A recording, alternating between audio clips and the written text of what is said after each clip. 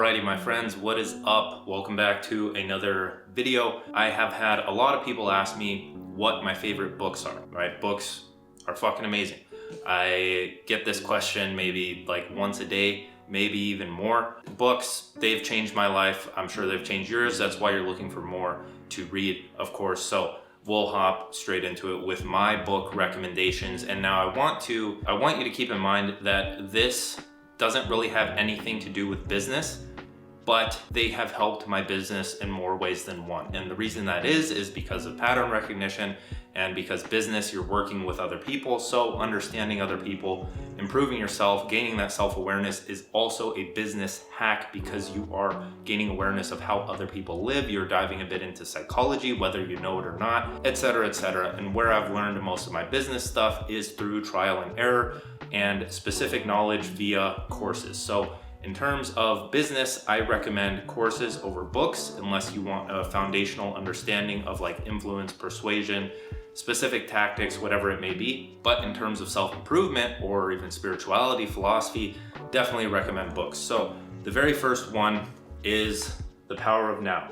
Those that know me, you know that I talk about the power of now like all the time. And the reason behind that is because of how I came across this book. When I was younger and just getting into fitness, I was watching Matt Ogus and all of them in the like kind of golden era of fitness YouTube. And he brought up the book, The Power of Now, to me when he was in a contest prep. So he's very low body weight. His hormones and emotions are screwing with him.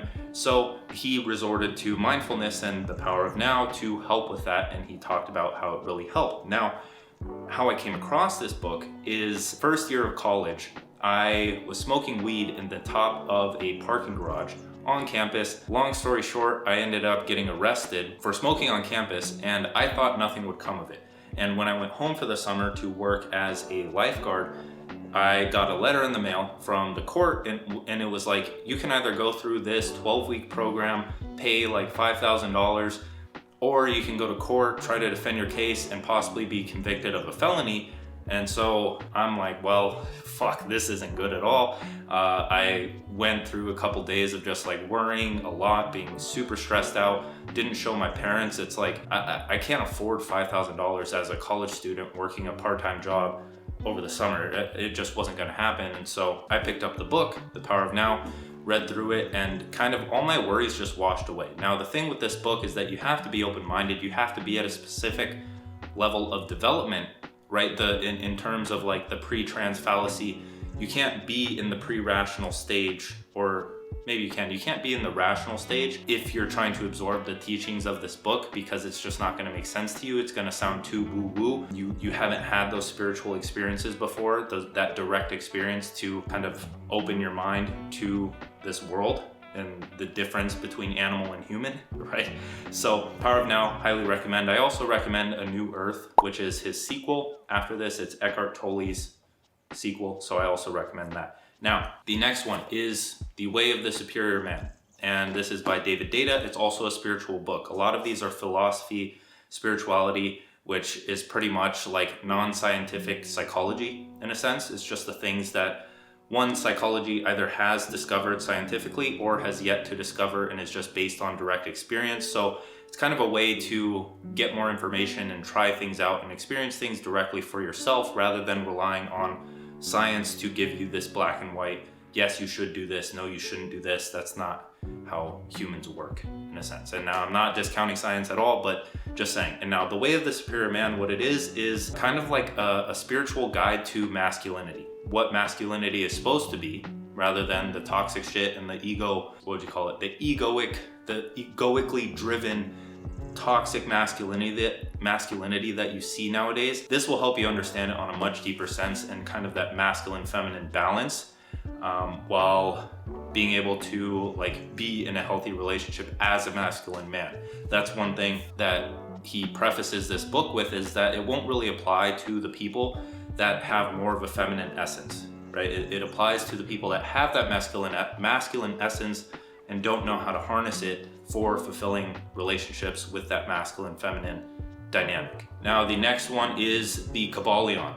And now I posted all of these on TikTok, and you can easily see like what developmental stages people are in when they leave a comment, because they're saying like this is some satanic shit. You haven't read the book, you don't have that awareness. Why are you saying that? The Kybalion is Hermetic philosophy, and it's 7 principles that are broken down, and it's pretty much not, I think it is how reality functions, right? You have to read it to understand it, but in essence, it breaks down these 7 principles of how life works from a very meta foundational perspective, and it'll help you navigate the world and kind of zoom out. That's why I like reading philosophy and spirituality, is because it's big picture thinking, right? It primes your brain to zoom out and see the entire picture rather than get hyper focused on some technical detail that isn't going to help you in any way at all. It's like a big picture strategy where then when you come back in, you have that feedback to know if you're moving in the right direction. Now, the next one is The Wisdom of Insecurity by Alan Watts. Now, some people argue that Alan Watts, all of his stuff is discredited because he died an alcoholic or something, when that is in line with his teachings.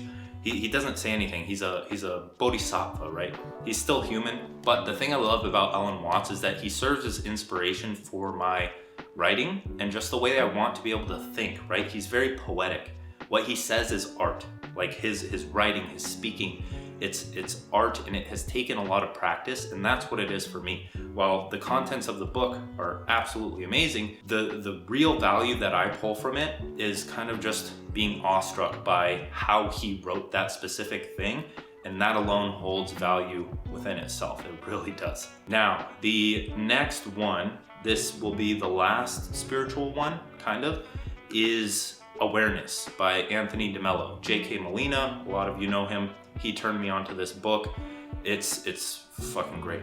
It's an amazing book. It will help you navigate the world in a better way, a more calm, collected, and aware way. And it talks about gaining awareness of almost everything, being aware of your thoughts, your actions, other people, how they react, how you can react to them, and all of this other stuff. It's just a way to develop your spiritual well-being and just the way you navigate conversations, in a sense, and become aware of certain things so you can not only overcome them, but kind of dissolve these negative traits and beliefs and mindsets that you have adopted over time through cultural conditioning. Now, the next 2 play into each other very, very well. The first one is The Art of Impossible by Stephen Kotler.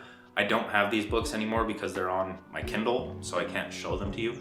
But The Art of Impossible is pretty much talking about peak performance and how to get into that peak flow state and accomplish impossible things. And from what I've read, I would assume that his definition of impossible are things that the average person would think are impossible. Like, oh, working for myself and starting an online business and only working 2 hours a day, that's impossible. No, you can't do that. And yes, you can. It's extremely possible. And the thing behind this, and that really stuck out to me, was the 5 drivers of flow. I believe that's what it was from him. But it's curiosity, passion, purpose, autonomy, and mastery. And all of these play into each other, and they also lead to each other. So curiosity, something I talk about a lot because it's fucking important, is the first step and will lead to these other things. And it talks about how to cultivate this passion based around your interests, your curiosities, how to assign a purpose to it, how to gain autonomy, or that you need autonomy in order to pursue these things fully. And then mastery is the step above that. And then the rest of it is talking about skill acquisition, creativity, all of this other stuff. But the 7th book, which is Flow by Mihaly Csikszentmihalyi, I probably butchered that fucking crazy ass name, but that put all of the pieces together for me. If you read all of these books in this succession, you would make incredible connections when you read Flow afterwards. It's pretty much his life's work was dissecting the psychology of flow, the flow state, and other ancient teachers and spiritual gurus, some called it a degree of flow state, the present moment, the now, no mind, all of this stuff. It's degree of this flow state. And the one main lesson that stuck out to me in Flow was the concept of psychic entropy and the concept of consciousness, which is kind of like a storage of your experiences in your mind, right? Because the human brain, or humans as a whole, can process 126 bits of information per second. Throughout their entire lifetime, they can process 185 billion units of information, or bits of information. Now, if you take this 185 billion bits, and that's what you can process, and part of that is what is stored in your consciousness as memory or direct experience, or the things you have awareness of, right? I can bring back the analogy of a map, where in a video game there's a map. If you're in this specific location, it's bright on the map and you have awareness of everything that's within it, right?